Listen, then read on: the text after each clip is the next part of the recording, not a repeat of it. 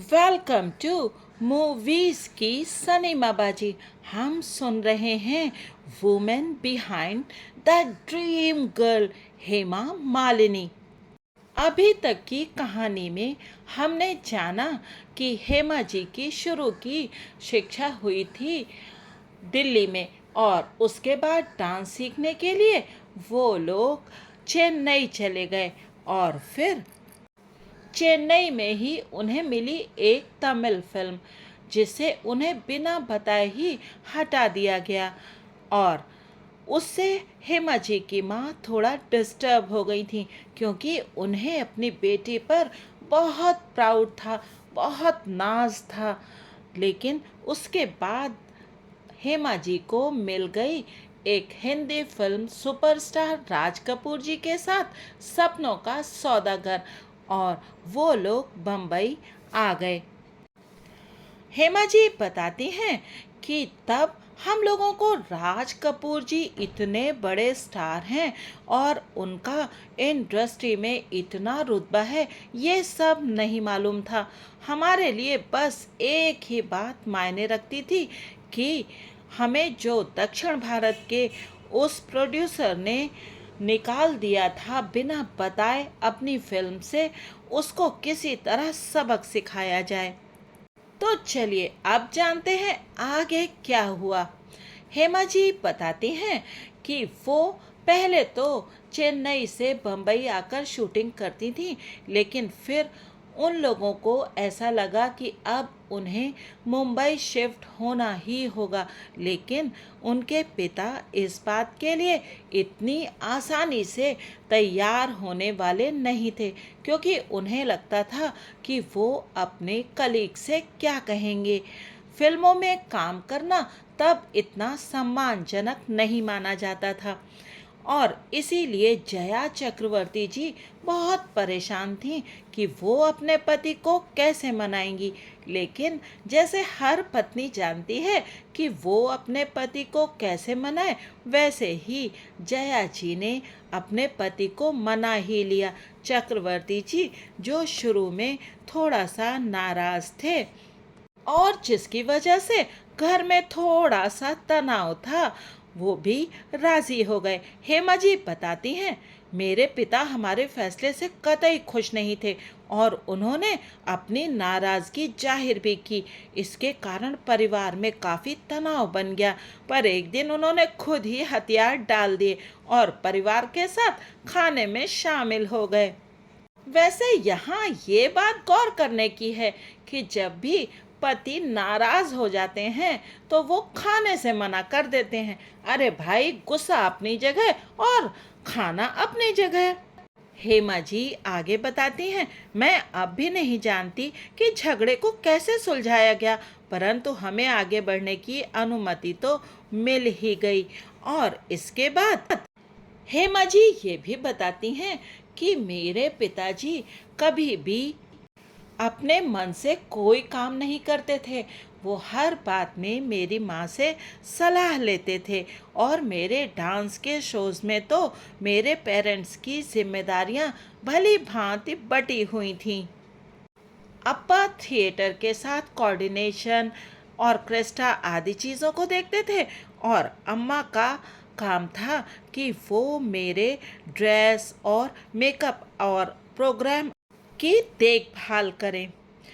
अम्मा मेरे हर कदम पर नज़र रखती थीं, और जब मैं डांस की परफॉर्मेंस कर रही होती थी तो वो दोनों मेरे आसपास ही होते थे, और इससे मुझ में आत्मविश्वास आ जाता था। उस दौर की एक खास बात और थी। आज जैसे जीरो फिगर को बहुत मान्यता है, और बहुत सारी लड़कियां फिल्मी हीरोइंस की तरह जीरो फिगर पाने के लिए खाना भी नहीं खाती हैं और बहुत बीमार हो जाती हैं, वैसा तब नहीं था। तब लंबा और छरहरा होना बहुत अच्छा नहीं माना जाता था, और हेमा जी बहुत लंबी थीं और बहुत पतली भी थीं। खैर, हेमा जी मुंबई आ गईं और उन्होंने फिल्म की शूटिंग शुरू कर दी। पहले दिन तो फिल्म के डायरेक्टर ने बड़ी आसानी से उनसे काम करवाया, क्योंकि हेमा जी को डायलॉग्स बोलने नहीं थे। हेमा जी को हिंदी तो आती थी, लेकिन उनके एक्सेंट में, यानी उनके बोलने चालने के ढंग में साउथ इंडियन लहजा झलकता था। पहले दिन की शूटिंग में तो कोई परेशानी नहीं हुई, लेकिन दूसरे दिन की शूटिंग में हेमा जी को बहुत लंबे डायलॉग बोलने थे, और वो भी देहाती में, और उसके साथ साथ एक्टिंग भी करनी थी। उस शॉट को ओके करने में 14 रीटेक हुए, और इससे डायरेक्टर तो परेशान हो ही गए। हेमा जी की माँ भी बहुत टेंशन में आ गई, और हेमा जी भी अंदर ही अंदर काफ़ी गिल्टी महसूस करने लगी, क्योंकि उन्हें ऐसा लग रहा था कि बहुत सारी रीलें बेकार हो रही हैं। लेकिन वो एक साथ हिंदी के इतने लंबे चौड़े डायलॉग और एक्टिंग करने में थोड़ी सी कठिनाई महसूस कर रही थीं। फिर वो अपनी माँ के पास आई और उनके कान में तमिल में धीरे से कहा कि मैं फिल्मों में काम नहीं करना चाहती, और क्यों ना हम चेन्नई वापस लौट चलें। लेकिन उनकी माँ ने उन्हें समझाया कि ये बहुत गलत बात है, और तुम्हें डायरेक्टर की बातों पर ध्यान देना चाहिए और ये समझने की कोशिश करना चाहिए कि वो क्या बता रहे हैं। दरअसल डायरेक्टर उनसे कह रहे थे कि हेमा जी जब डायलॉग बोलें और अपने कंधे झटकें तो वो कुछ इमोशंस भी दिखाएं, लेकिन हेमा जी को थोड़ी सी समस्या आ रही थी। खैर, जब उनकी माँ ने उन्हें समझाया तो हेमा जी के अंदर एक कॉन्फिडेंस आ गया, और फिर 15वें टेक में शॉट ओके हो गया। उसके बाद सब लोग बहुत संतुष्ट थे, और हेमा जी वो तो जाकर एक कोने में बैठ गईं, क्योंकि उनको बहुत रोना आ रहा था। और थोड़ी देर बाद डायरेक्टर ने उन्हें फिर से बुलवाया।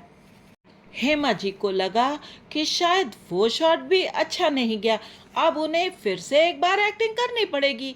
लेकिन डायरेक्टर महेश कौल जी ने उन्हें एक गुलाब का फूल पास में रखे गमले से तोड़ कर दिया, और उनसे कहा कि इस फूल को देखो, इस फूल को देखकर तुम्हारे मन में कैसे इमोशंस आते हैं, उन्हें प्रकट करने की कोशिश करो।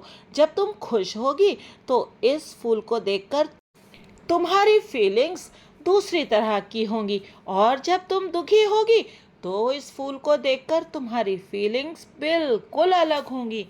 तो यही तुम्हें पर्दे पर भी जाहिर करना है, यानी कि अपनी भावनाओं को, अपनी फीलिंग्स को पर्दे पर ठीक तरीके से उतार देना है। हेमा जी बताती हैं कि उन्होंने मुझे बहुत सिखाया। हेमा जी कहती हैं कि बहुत सारे एक्टर्स ने एक्टिंग स्कूल्स में जाकर के एक्टिंग सीखी होगी, लेकिन मैंने तो सेट पर ही एक्टिंग सीखी थी, और महेश कौल जी ने मुझे बहुत सारे एक्टिंग के गुण सिखाए थे।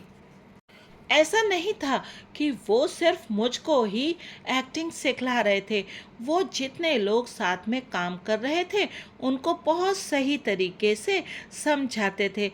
कभी कभी जब वो देखते थे कि मैं किसी सीन की शूटिंग के लिए थोड़ा परेशानी में हूँ, तो वो मुझे ऐसे समझाते थे जैसे कोई एक छोटे बच्चे को समझाता है, और फिर मेरे लिए सब कुछ बहुत आसान हो जाता था। हेमा जी बताती हैं, लेकिन महेश कौल जी एक बहुत हार्ड टीचर भी थे। वो जो चाहते थे उसे करवा कर ही मानते थे। उन्होंने हेमा जी को उर्दू सिखाने के लिए भी अरेंजमेंट्स किए, और इधर जब हेमा जी और जया जी मुंबई में थीं तो चक्रवर्ती जी ने सारे घर की जिम्मेदारी अपने ऊपर ले ली थी और उनके दोनों बेटे भी इसमें उनकी हेल्प कर रहे थे। हेमा जी बताती हैं कि जगन मुझे बहुत परेशान करते थे और बचपन में मेरी किताबें भी फाड़ दिया करते थे और फिर मैं उनके ऊपर स्याही की बोतल उड़ेल देती थी, जिससे कि अम्मा मुझे मारे नहीं और भाग जाती थी। लेकिन जैसे ही मैं फिल्मों में काम करने लगी तो जैसे सब कुछ बदल गया। अब जब मैं घर जाती थी और अपने कमरे में जाती थी तो मेरी किताबें ठीक तरीके से रखी हुई मिलती थी। सब कुछ वैसा ही रहता था जैसे कि मैं छोड़कर गई थी। तो धीरे धीरे सब कुछ बदलता जा रहा था। हमारे रिश्ते भी, बचपन की शरारतें अब खत्म हो गई थीं। जया जी का सारा समय अब हेमा जी के साथ ही गुजरता था और जब मद्रास से मुंबई आने की बात चली तो सभी लोग बहुत डिस्टर्ब हो गए थे और जया जी एक डायरी में सभी रिश्तेदारों, परिचितों और सभी जान पहचान वालों के टेलीफोन नंबर नोट करती रहती थी। वो कहती थी ये बाद में बहुत काम आएगा। मुंबई में उन लोगों का पूरा दिन बीतता था स्टूडियो के दम घोटू वातावरण में। और फिर जब वो लोग कुछ दिनों के लिए चेन्नई आते थे तो वहाँ पर आते ही घर का वातावरण जैसे एकदम से बदल जाता था। जया जी सबके लिए बहुत ही स्वादिष्ट खाना पकाती थी और सब लोग खुश होकर एक साथ जीवन को एंजॉय करते थे। हेमा जी बताती हैं कि मेरे माता पिता दोनों एक दूसरे से एकदम अलग थे। आप समझ लीजिए जैसे नॉर्थ पोल और साउथ पोल, लेकिन उन दोनों का कोऑर्डिनेशन बहुत अच्छा था। शायद प्रेम ने ही उन्हें एक अदृश्य डोरी से बांध रखा था। मुंबई के शुरुआती दिनों में कुछ समय तक हेमा जी और उनकी माताजी अनंत स्वामी जी के घर में रहीं। लेकिन फिर क्योंकि हेमा जी को बहुत सारी फिल्में मिल गई थीं तो उन लोगों को लगा कि उन्हें एक फ्लैट ले ही लेना चाहिए। अनंत स्वामी जी का घर चैम्बूर में था और हेमा जी बताती हैं कि उन लोगों ने हमारी देखभाल बहुत अच्छे ढंग से की, लेकिन किसी के भी घर में ज़्यादा समय तक रुकना बहुत अच्छा नहीं लगता। इसलिए हम लोगों ने मलाबार हिल में एक मल्टी स्टोरी बिल्डिंग में एक फ्लैट ले लिया। लेकिन उस फ्लैट में हमें बिल्कुल अच्छा नहीं लगा क्योंकि जीवन भर हम लोग ग्राउंड फ्लोर के घरों में रहने के आदी थे और फ्लैट में बहुत ऊपर के माले में रहने पर नीचे से गुजरती कारें और ट्रैफिक देखने में अच्छा तो लगता था, लेकिन बहुत अकेलापन महसूस होता था। हम माँ बेटी वहाँ बहुत अकेली हो गई थी। हमें ऐसा लगता था जैसे इतने बड़े शहर में इतने सारे लोगों की भीड़ में हमारा कोई नहीं है। और वहाँ से सूरज को उगते देखना भी पता नहीं कैसा अजीब सा लगता था। इसीलिए जब मेरे अपा मुंबई आए तो उन्होंने हमारी परेशानी को समझा और फिर उन्होंने बंगलो देखना शुरू कर दिया और उन्हें मुंबई की आउटस्कर्ट्स में एक ऐसा ही बंगला मिल गया। वो बंगलो था हेमा जी के दिल्ली और चेन्नई वाले घर का मिला जुला रूप। जुहू के इस बंगले के आसपास बहुत सारे हरे भरे पेड़ थे और बहुत हरियाली थी। यहाँ पर हेमा जी और उनकी माताजी को बहुत सुकून मिला।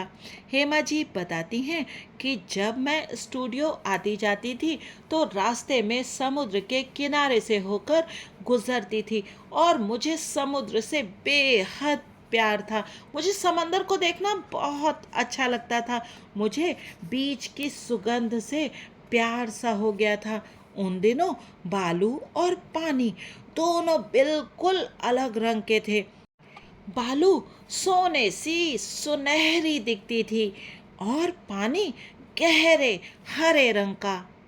कुछ ही समय में हेमा जी ने अपने आप को मुंबई में ठीक से सेटल कर लिया और फिर उनके पिताजी और भाई भी वहीं शिफ्ट हो गए। फिल्म इंडस्ट्री में तो हेमा जी ने तहलका मचा दिया था। वो इतनी खूबसूरत, इतनी शालीन और इतनी गर्वीली दिखती थी कि लोग उनके दीवाने हो गए थे। लेकिन घर में इन सब बातों का कोई असर नहीं पड़ा था।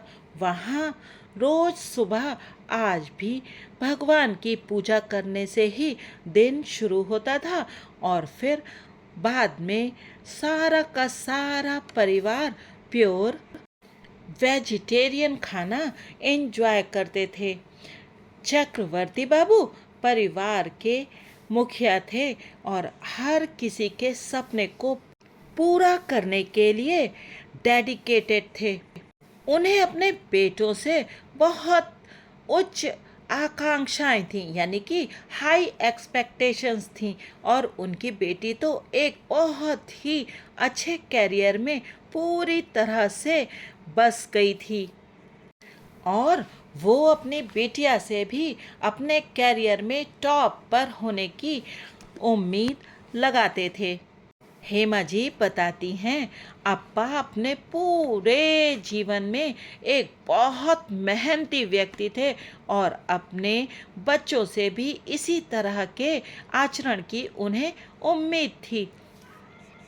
हेमा जी बताती हैं कि मेरी पहली फिल्म सपनों का सौदागर ने बॉक्स ऑफिस पर कोई बहुत अच्छा प्रदर्शन नहीं किया था, लेकिन इसके बाद भी मुझे बहुत सारी फिल्में मिल गई थीं और उनमें से बहुत सारी हिट भी हो गई थी। मुझे नहीं पता क्यों, पर किसी ने सपनों के सौदागर के फेल होने का कभी कोई शौक नहीं मनाया। ना तो राज साहब ने और ना मेरे निर्माता लोगों ने। कोई भी परेशान नहीं था। मुझे तो उस वक्त ये नहीं मालूम था कि बॉक्स ऑफिस पर फिल्मों के फ्लॉप या हिट होने से क्या असर होता है, लेकिन वो लोग भी बहुत परेशान नहीं थे।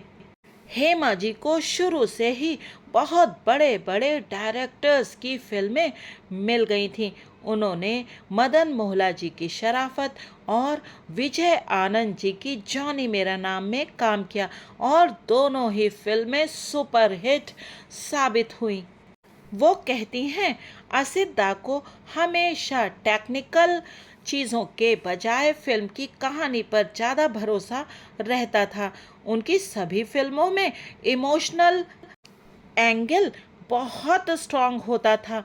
जॉनी मेरा नाम के बारे में बात करते हुए हेमा जी मानती हैं कि ये सही टाइम पर बनी फिल्म थी जिसमें सही कलाकारों ने काम किया था। सन 1970 में इस फिल्म के रिलीज होने के बाद देव साहब और हेमा जी ने 8 फिल्मों में एक साथ काम किया।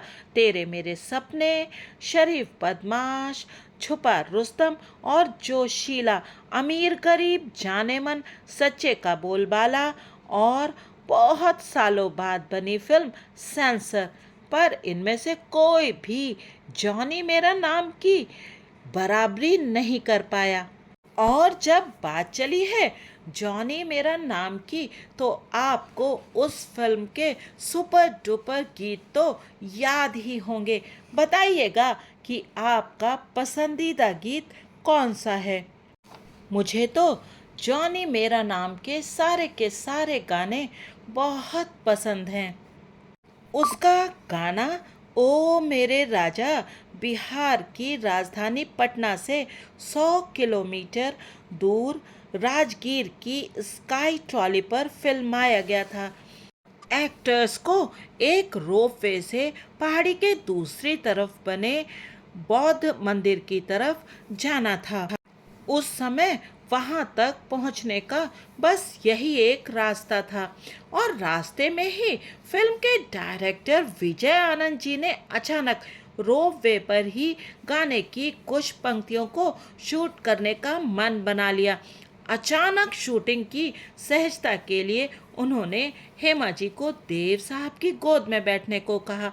रोप वे ट्रॉली को इस दूरी को तय करने में कुछ ही मिनट लगने वाले थे, पर एक शरारती व्यक्ति ने बीच रास्ते में रोप वे का इलेक्ट्रिक सर्किट बंद कर दिया। ट्रॉली बीच में ही रुक गई और हेमा जी और देव साहब बीच आसमान में अटक गए। हेमा जी को ऊंचाई से डर लगता है, वो बहुत ज्यादा डर गईं।